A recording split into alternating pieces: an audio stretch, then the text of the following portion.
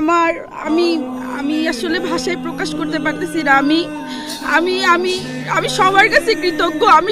আমরা 16 বছর ধরে কষ্ট করতেছি।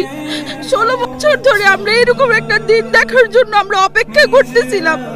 আজকে আমাদের জয় হয়েছে, আজকে সত্যের জয় হয়েছে। আমার বাবা যে নির্দোষ ছিল, আমার বাবা কোনো দোষ করে নাই।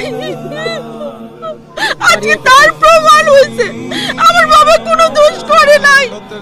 আমার বাবা কোনো দোষ করে নাই। আমার বাবা মিডিয়ার বিদ্রোহী না।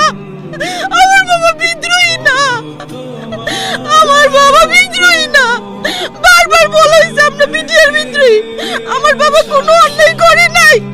আমার বাবা একজন আর্মি অফিসারকে উল্টো বাঁচাইছিল, তবুও তাকে বলা হয়েছিল সে কেন তার দায়িত্ব পালন করে নাই।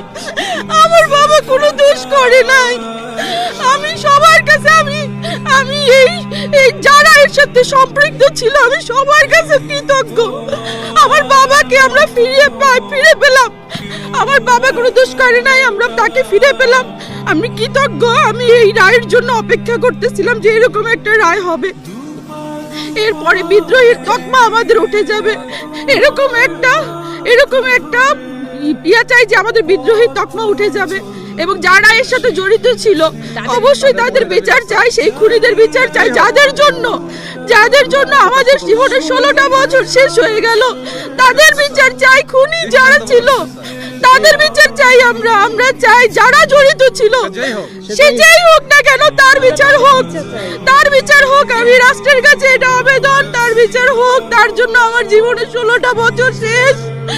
আমাদের জীবনের 16টা বছর শেষ।